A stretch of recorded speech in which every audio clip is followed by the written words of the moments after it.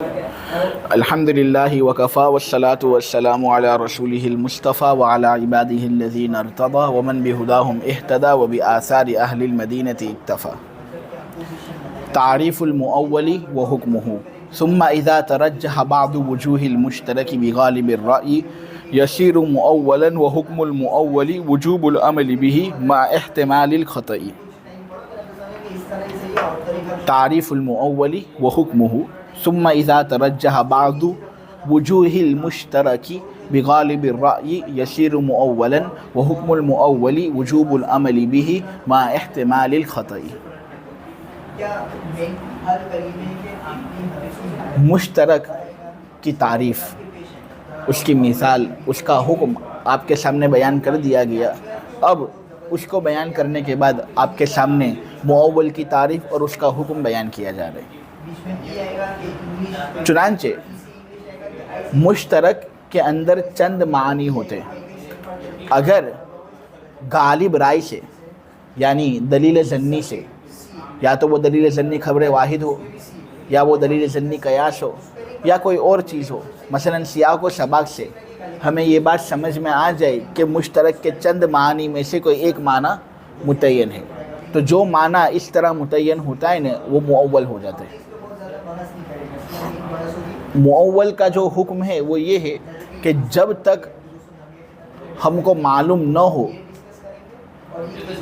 کہ یہ معنی جو ہم نے مشترک کا مراد لیا ہے وہ غلط ہے، تب تک مؤول پر عمل کرنا واجب ہے. لیکن جب ہم کو معلوم ہو جائے کہ اس کے اندر غلطی ہو چکی ہے تو پھر رجوع کرنا چاہیے. تو مؤول کا حکم یہ ہے کہ اس پر عمل کرنا واجب ہوتا ہے غلطی کے احتمال کے ساتھ. یعنی جب تک خطا کا علم ہم کو نہ ہو تب تک مؤول پر عمل کرنا ہمارے لیے ضروری اور واجب. لیکن جب خطا کا علم ہم کو ہو جائے، غلطی کا علم ہم کو ہو جائے، تو پھر رجوع کرنا ہے اور مشترک کا وہ معنی مراد لینا ہے جو دلیل سے زیادہ قریب ہے. سمجھ گئے؟ تعریف مؤول کی آپ کے سامنے ہو گئی، اس کا حکم بھی آپ کے سامنے میں نے بیان کر دیا. عبارت پر تو لی، اب ترجمہ کر لیتے ہیں. مؤول کی تعریف اور اس کا حکم. پھر جب مشترک کے چند معانی میں سے کوئی ایک معنی غالب رائے کی وجہ سے راجح ہو جائے، پھر جب مشترک کے چند معانی میں سے کوئی ایک معنی غالب رائے کی وجہ سے راجح ہو جائے، پھر جب مشترک کے چند معانی میں سے کوئی ایک معنی غالب رائے کی بنا پر راجح ہو جائے، یعنی دلیل ظنی کی بنا پر کوئی ایک معنی راجح ہو جائے، خواہ وہ دلیل ظنی خبر واحد ہو یا قیاس ہو یا کوئی اور دلیل ہو، مثلا کلام کا سیاق و سباق، تو پھر وہ معنی جو دلیل ظنی سے متعین ہوا ہے وہ مؤول ہو جائے گا. اور مؤول کا حکم اس پر عمل کا واجب ہونا ہے غلطی کے احتمال کے ساتھ. اور مؤول کا حکم اس پر عمل کا واجب ہونا ہے غلطی کے احتمال کے ساتھ. یعنی جب تک اس دلیل کا غلط ہونا معلوم نہ ہو جائے تب تک مؤول پر عمل واجب ہے، لیکن جب دلیل کا غلط ہونا معلوم ہو گیا تو پھر عمل کو ترک کر دیا جائے گا اور مشترک کا کوئی دوسرا معنی مراد لیا جائے گا جس پر مشترک دلالت کرتا ہے. ٹھیک ہے؟ مثالہ فی الحکمیات ما قلنا اذا اطلق الثمن فی البیع کان علی غالب نقد البلد وذلك بطریق التأویل ولو كانت النقود مختلفة فسد البیع لما ذکرنا.